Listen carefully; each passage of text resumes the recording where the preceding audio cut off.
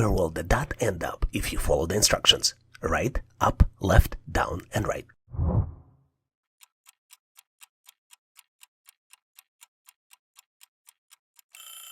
Let's trace the path together. Make sure to stay sharp. Each move changes the outcome. Right, up, left, down, and right again. Is that where you ended up to? The final answer is choice D. 4 tasks, A, B, C, and D, need to be completed. Task A must be done before B.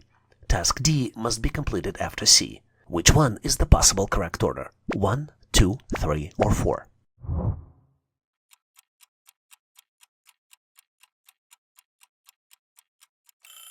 The correct order is A, C, D, B. A comes before B and C comes before D. You walk 3 miles east, then 4 miles north. How far are you from the starting point in a straight line?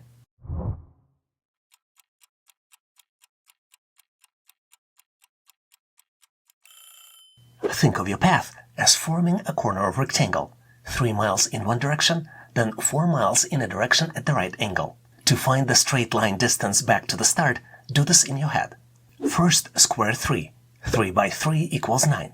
Then square 4. 4 by 4 equals 16. Then add them. 9 plus 16 equals 25. Now you can ask yourself, what number times itself gives 25? 5 by 5 equals 25. So the straight line distance is 5 miles, and the correct answer here is choice C. You buy a stock for $50. It rises to 70 and you sell it. The next day it drops to 40 and you buy it again. A week later it climbs to $60 and you sell it again. What is your total profit?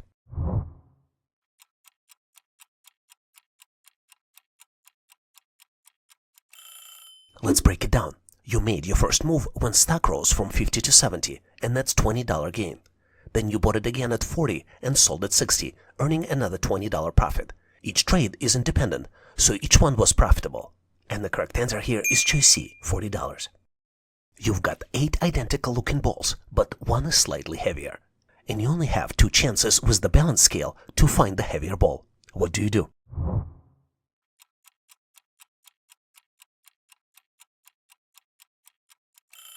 Let's start by weighting 3 balls versus 3 balls. If they're equal, the heavy one will be in the remaining 2. If one side is heavier, great. Now just weigh 2 balls from that group. The result will lead you straight to the odd one out. And the correct answer here is choice C. A person starts by facing north. They turn 90 degrees clockwise, then make a 180-degree turn in the opposite direction counterclockwise. Which direction are they facing now?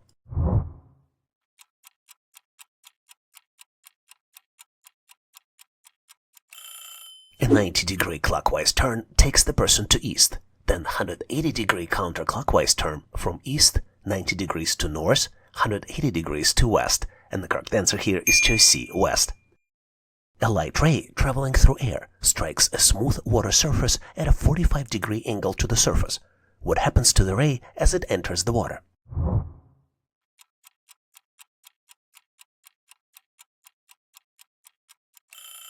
When a light ray moves from a less dense medium, which is air, to a denser medium, which is water, its speed decreases, causing it to bend toward the normal, an imaginary line perpendicular to the surface of the point of contact.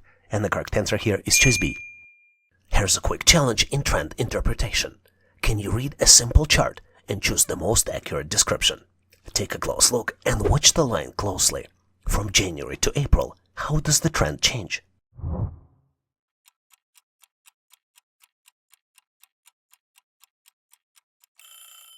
Now let's analyze the data points. The value increases in March, then drops slightly in April. It's not constant, not flat, and definitely not a sharp drop. This is why the correct answer here is choice B, growth followed by slight decline. Small movements can reveal big insights, but only when you look closely. What happens to the water level when a floating ice cube melts in a glass of water?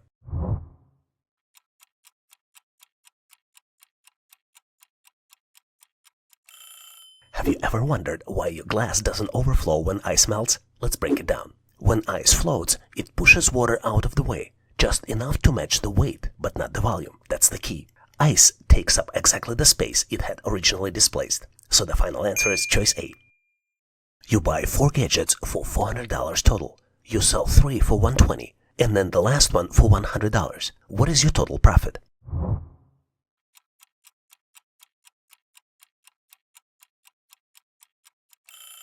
You spent $400, that's your total cost. Then you made $120 from each one of the first 3 gadgets. 3 multiplied by $120 is $360. Then you sold fourth one for $100. Altogether, you brought in $460 in revenue. Now let's subtract $460 minus $400, and the result is $60. So the final answer is choice A. We're handed a box of puzzle pieces. Can you figure out what fraction I read?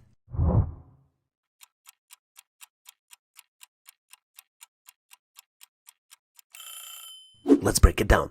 Add them up. 5 plus 4 plus 1 equals 10 total pieces. Now, just take the red ones. 5 out of 10. That's 5/10 of the puzzle. And the correct answer here is choice D.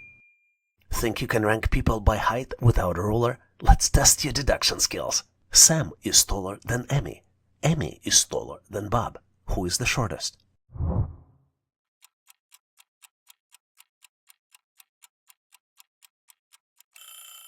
If Sam is the tallest and Emmy is in the middle, that leaves just one person at the bottom of the height chain. And the shortest? It's C, Bob. Simple comparison, sharp logic. If it rains, the event will be cancelled. Today it's not raining. So, can you tell for sure if the event is still on?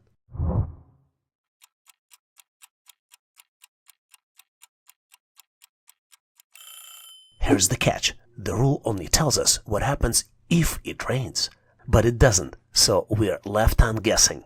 Maybe it's cancelled for another reason. So the only solid conclusion is choice D. There's insufficient information. Which one of these numbers is an odd one out? 16, 36, 64, or 81?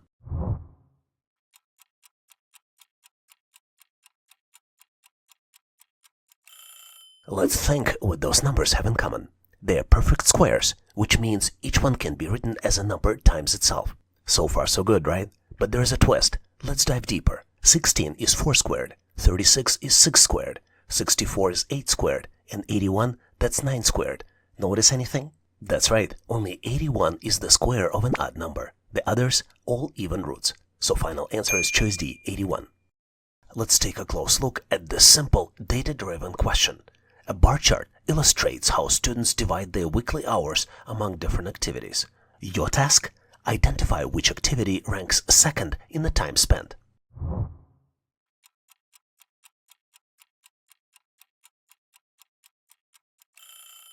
Now let's examine the chart.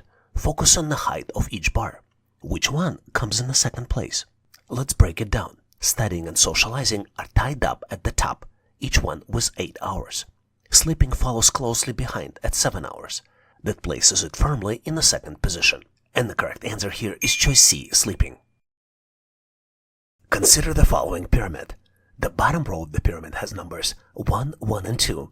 Middle row has numbers 1 and 2. And the top number in the pyramid is missing. You need to calculate the missing number and select your answer out of 4 possible choices. A1, B2, C3, or D4. Can you try to solve it on your own and choose the right answer?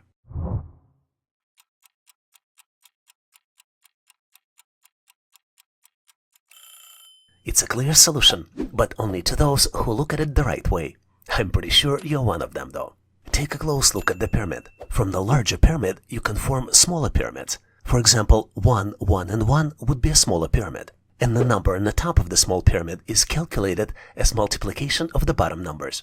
Let's look at the example. 1 multiplied by 1 equals 1. Let's look at the next small pyramid. 1 multiplied by 2 equals 2. And the missing number can be calculated as 1 multiplied by 2 and would also equal 2. And the correct answer here is choice B, 2. You're presented with 3 pairs of circles. First pair has numbers 2 and 5. Second has numbers 3 and 10. And then the third pair only has one number 4. And you need to calculate the missing number and select your answer out of 4 possible choices. A, 16, B, 17, C, 18, or D, 19. Can you work it out and pick it from the answers provided?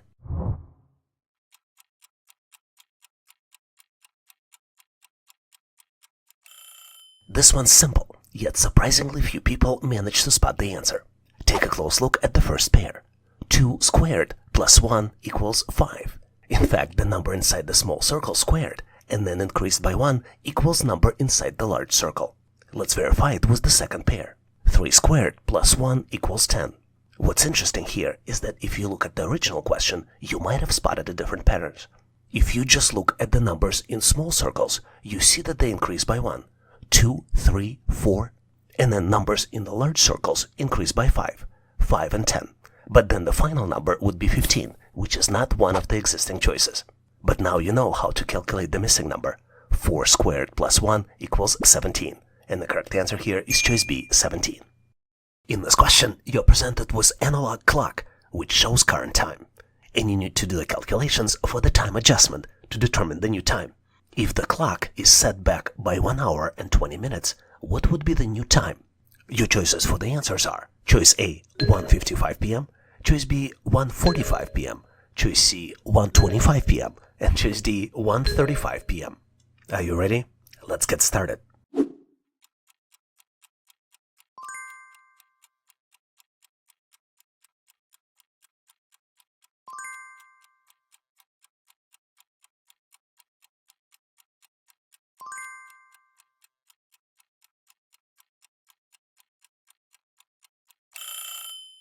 Time's up. Do you have your answer ready? I hope so, because the solution, as well as the way of solving these types of challenges, is surprisingly simple. In fact, you can solve this problem in 3 simple steps. Step 1, understanding it. Step 2, subtracting it in 2 steps. And step 3, check in your work. Let's solve this problem step by step. Let's start with the given time. I didn't tell you, but the clock shows 3:15 p.m. You might say this is obvious, but this is not necessarily so. We're getting used to checking the time on our phones or other digital devices. And to understand the time on analog clock, we need to know 3 important things. There are 3 arrows on the analog clock, and they're called hands, and they have specific names based on their function. Hour hand, which is the shorter hand and indicates the current hour. Minute hand, which is a little longer and shows the current minute. And then there's a second hand, which is optional in some clocks, and which is the thinnest and longest hand, which tracks seconds. Take a look at the positioning of these hands on this particular clock, and the exact time is 3:15 p.m. I think we're done with the step 1. Now let's move to step 2. We need to subtract time in 2 steps. First, let's subtract 1 hour from 3:15. Then subtract 20 minutes from the result to find the new time. 3:15 minus 1 hour equals 2:15. And then subtracting the minutes, 2:15 minus 20 minutes equals 1:55 p.m. You need to do a little bit of the mental math here to calculate the minutes, ensuring that you count backwards carefully without skipping any steps. Have you considered how to solve this problem for digital clock? For an analog clock, you visualize time changes by moving the hands backward, while for digital clock, you calculate changes numerically, adjusting hours and minutes directly.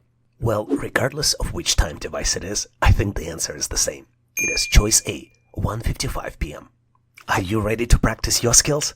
Try this question to see how you would do. You're presented with the clock, which shows time as 7:50 p.m. If the clock is set back by 3 hours and 37 minutes, what would be the new time? Your choices for the answers are choice A, 3:43 p.m., choice B, 4:13 p.m., choice C, 4:03 p.m., or choice D, 3:53 p.m. Once you're certain with your answer, post it in comments and I'll give you my feedback. Good luck with this intriguing challenge. Thanks for watching. I really appreciate you for helping us to become one of the largest YouTube channels to help people become smarter, increase your IQ, and to pass any test. If the content of this video was helpful, please make sure to click the like button to help YouTube algorithm promote this video and help other people to find it faster.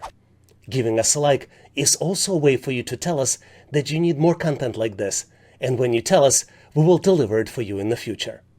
For links to free and premium resources, please check the description and comments of this video. You can also go directly to our website, howtoanalyzedata.net, to download the materials related to this topic. I really appreciate your endorsement, support, and patronage of this channel. And thank you for considering to become a member and considering to subscribe. Please leave feedback, suggestions, or corrections in comments. And all the best on your journey. I'll see you in my next video.